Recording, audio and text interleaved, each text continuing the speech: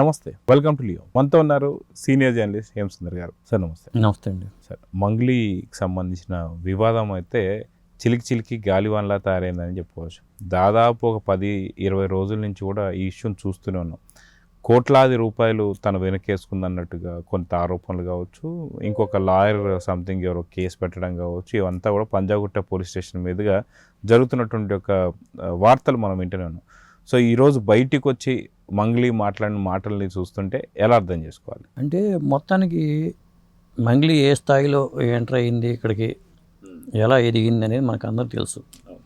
ఆవిడ చిన్న స్థాయిలో పాటలు పాడుకుంటూ ప్రోగ్రామ్ చేసుకుంటూ టీవీ జర్నలిస్టుల మీద కూడా ఆవిడ అంటుంది, నేను జర్నలిస్ట్గానే వచ్చాను, మీరందరూ నా తమ్ముళ్ళు అన్నట్టుగా మాట్లాడింది. కానీ ఆవిడ పాటలు పాడుకుంటూ ఆవిడ కెరీర్ని బిల్డప్ చేసుకుంటూ ఉంటే బాగుండేది. ఆవిడ ఈ కొన్ని ఎక్స్ట్రా కార్యక్రమాలు పెట్టుకోవడం అనేది, ఈ పరిచయాలు పెంచుకునే కార్యక్రమాలు కానీ, ఎందుకంటే ఇది ఒకటైతే మనం అనుకునేవాళ్ళం. ఇప్పుడు పుట్టినరోజు పేరుతో పార్టీ ఇవ్వడం కానీ, అక్కడ కేసులు నమోదు చేసడం కానీ, మన ఇవన్నీ వార్తలు వచ్చినాయి. ఇప్పుడు నిప్పు లేకుండా పొగరాదంటారు. అప్పుడు ఆ పార్టీలు అవన్నీ ఎందుకు పెట్టారు? అవును, అక్కడ మరి ఆ కేసు ఏమైంది తెలియదు.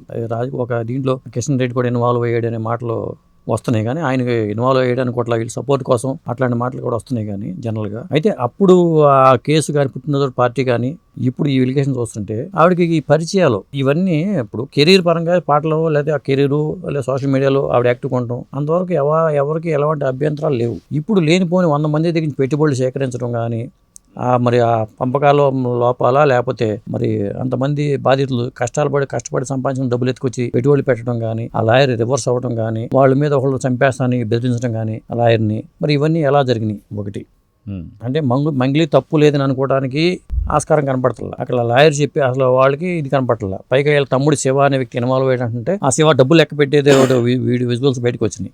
అతను వేరు ఇతను వేరు, మా తమ్ముడు అని చెప్తున్నారు, పోలికలు చూడండి అని చెప్పి ఆవిడ అంటుంది. అసలు ఇలాంటి అనవసర విషయాల్లో ఈ మంగ్లీ ఎందుకు తలదూర్చింది అనేది అర్థం కావట్లేదు. వీడి పాటలో ఈ మా నాన్న ఒక్కొక్క పాటకి దాదాపు 5-6 లక్షలు తీసుకుంటుంది ఆవిడ, అంత డిమాండ్ ఉన్న గాయని. అలాంటి వ్యక్తి ఈ అనవసరమైన రుచులోకి అనవసరంగా కాలు పెట్టిందేమో అనిపిస్తుంది. పోనీ అసలు ఏం జరిగిందో కూలంకషంగా ఓపెనింగ్ ఎవరైనా చెప్తారంటే బయటికి రావట్లా. ఈ మధ్యలో రాజీ ప్రయత్నాలు చేయడానికి ట్రై చేసిన డైరెక్టర్ వేణువుడుగల పేరు బయటకు వచ్చింది. నాకు ఇందులో ఈ కేసులో నేను లేను, నాకు ఎటువంటి సంబంధం లేదు అనే మాట వేణువుడుగలు రావటం, వేణువుడుగల కొంతమంది కొన్ని ఛాన్స్కి ఇంటర్వ్యూలు ఇవ్వటం కానీ, నేనేంటంటే ఆ బాధితుల తరఫున మాట్లాడటానికి నేను వెళ్ళాను, ఇన్వాల్వ్ అయ్యాను, నాకు అందరూ పరిచయస్తులే కాబట్టి అని చెప్పి వేణువుడుగలు అన్నాడు. అతను ప్రమేయం లేదు, నిజంగా వేణువుడుగలకి దీంట్లో ప్రమేయం లేదు. వాళ్ళకి న్యాయం చేద్దామని తెలిసిన ఇద్దరికి ఇరుపక్షాలకు తెలుసు, మంగ్లీ కూడా అతను తెలుసు, అటుపక్క వాళ్ళు తెలుసు కాబట్టి మాట్లాడటానికి నేను ఇన్వాల్వ్ అయ్యాను అంతే తప్ప నాకు ఈ కేసుతో సంబంధం లేదని వేణువుడుగలు అంటున్నారు. మొత్తానికైతే ఇదంతా ఒక చిక్కుముళ్ళలాగా ఉందండి. ఇది ఎప్పుడు కూడా ఆర్థిక సంబంధాలు, మానవ సంబంధాలు చెడగొడతాయి అనడానికి ఇది ఒక ఉదాహరణ. మీరు ఏ సంబంధాలు బంధువులైనా సరే, ఎక్కడైతే ఆర్థిక సంబంధాలు ఉంటాయో మానవ సంబంధాలు చెడిపోతాయండి. అది ఉదాహరణగా ఈ కేసు కూడా చూడొచ్చు. సో మనం ఇంకొక రకంగా కూడా చూస్తే, మీరు ఇందాక అన్నట్టుగా తన కెరియర్లో డెవలప్ కావాలంటే వాళ్ళ కెరియర్లో ఉన్నటువంటి ఒక ఎవరైతే ఉంటారో సంబంధిత మ్యూజిక్ డైరెక్టర్లు కావచ్చు, లేకపోతే సింగర్స్ కావచ్చు, లేకపోతే ఆర్టిస్టులు కావచ్చు, వీళ్ళతో రిలేషన్ అనేది ఓకే, అది ఖచ్చితంగా ఉండాల్సిందే, ఇబ్బంది. కానీ పొలిటికల్ లీడర్స్ ఇన్వాల్వ్ అవుతున్నారు, బిజినెస్ మ్యాన్స్ కావచ్చు, అదేవిధంగా మిగతా వేరే రంగాల్లో వాళ్ళందరూ కూడా ఇలాంటి, అంటే వాళ్ళ పేర్లన్నీ కూడా వస్తున్నాయి అంటే ఖచ్చితంగా ట్రాక్ ఏమైనా తప్పారా అనేటువంటి దాని మీద కూడా చర్చ జరుగుతూ వస్తుంది.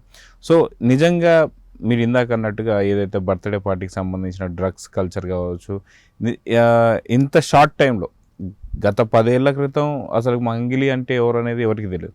కానీ ఇప్పుడు పెద్ద పెద్ద పార్టీలు కావచ్చు, లేదంటే ఇప్పుడు ఎక్కడన్నా సరే మనం చూస్తే స్టేజ్ షోలలో కూడా మనకు మంగ్లీ కనిపిస్తూ వస్తుంది. ఇంత షార్ట్ స్పాన్లో అంత ఫాస్ట్గా డెవలప్ అవడాన్ని ఎలా చూడాలంటారు? ఒకటి, ఆ అమ్మాయి వాయిస్ బాగుంటుంది, టాలెంట్ ఉంది, అంతవరకు ఎవరికి ఎటువంటి అభ్యంతరాలు లేవు. సినిమాలో హీరోయిన్గా కూడా చేసింది. బంజారాలకు సంబంధించిన సినిమా స్వేచ్ఛ ఏదో సినిమా పేరు, అందులో కూడా చేసింది అమ్మాయి. అటువంటి అభ్యంతరాలు ఎవరికి లేవు. సినిమా ఫీల్డ్ ఏంటంటే కొంచెం టచ్లో ఉంటే చెప్తూ ఉంటారు, వాళ్ళు టచ్లో ఉంటారు. ఎవరికి వాళ్ళు మ్యూజిక్ డైరెక్టర్ టచ్లో ఉంటారు, డైరెక్టర్కి టచ్లో ఉంటారు. అది ఎవరికి అభ్యంతరాలు లేవు.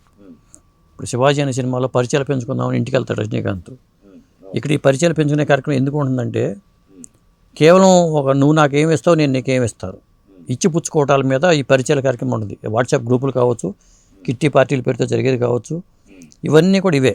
ఈ పుట్టినరోజు పార్టీలు ఏర్పాటు చేసుకోవడం, ఆ పార్టీల్లో వీళ్ళు పరిచయాలు పెంచుకునే కార్యక్రమానికి వేదికగా ఆ పార్టీలు పెడుతూ ఉంటారు. కొత్త బిజినెస్ ఆలోచనలు, అంటే డబ్బు సంపాదించడానికి తృప్తి పడలేక, ఉన్న డబ్బులతో సంతృప్తి పడక కొత్త వ్యాపారాల్లోకి అడుగుపెట్టడం కానీ, ఇలా చేయడం ఎంత వసూలు చేశారనేది తెలియదు. 100 మంది మరి ఎంత పెట్టుబడులు పెట్టారు, ఏ నమ్మకంతో పెట్టుబడులు పెట్టారు, దానికి ఆ వివరాలు ఏమి బయటికి రావట్లేదు. అదే దాదాపు 9 కోట్లు అది ఇది అన్న కొంతమంది 9 కోట్లు అంటున్నారు, కొంతమంది 16 కోట్లు అంటున్నారు, 100 కోట్లు అంటున్నారు. ఈ రకరకాల మాటలు వినిపిస్తున్నాయి. 200 కోట్లు అనే వాళ్ళు ఉన్నారు. ఆ లెక్కలు ఏమి బయటికి రావట్లేదు. ఇప్పుడు పోలీసులు కూడా ఏంటంటే పెద్దవాళ్ళు ఇన్వాల్వ్ అవుతున్నప్పుడు పోలీసులు కూడా వెనకాల పెద్దవాళ్ళు ఉన్నారని కొద్దిగా వాళ్ళు కూడా బయటికి చెప్పరు. సరైన వివరాలు కూడా బయటికి రావు.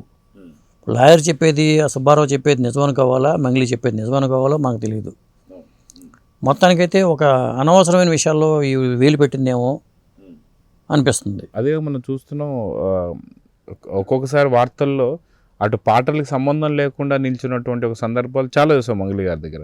సో మళ్ళీ ఇప్పుడు ఇంకొక రకమైన వార్తలా చూడాలా, ఎలా చూడాలంటే? అదేనండి, ఆవిడ పాటలు, ఆవిడ పాటలు, ఆవిడ పడుకుంటే గొడవే ఉండదు. ఈ అనవసరమైన దాంట్లోకి వెళ్తే ఈ పాటలు పడాల్సి వస్తుంది. ఇప్పుడు ఆ పరిస్థితిలో ఆవిడ ఉంది. ఇది ఒక కనువిప్పు కావాలి ఎవరికైనా కానీ. ఇది మంగ్లీ అనే కాదు నేను చెప్పేది. వాళ్ళు అనవసరమైన విషయాల్లో వేలు పెట్టి వాళ్ళ పని వాళ్ళు చూసుకుని వాళ్ళు హ్యాపీగా ఉంటే గొడవ ఉండదు. ఇక్కడితో కాదు, ఇంకా ఎక్కువ సంపాదించాలి, ఇది కాకుండా మనం ఈ పరిచయాలని ఆ విధంగా డబ్బు సంపాదనకు ఉపయోగించుకుందాం, రియల్ ఎస్టేట్లో పెడదాం. ఇప్పుడు ఇదే పెట్టుబడుల పేరుతో డబ్బులు అడిగారంట. మరి ఏ పెట్టుబడులు, ఏ తరహా పెట్టుబడులు అవి, ఏం కొందాం అనుకుంటున్నారు?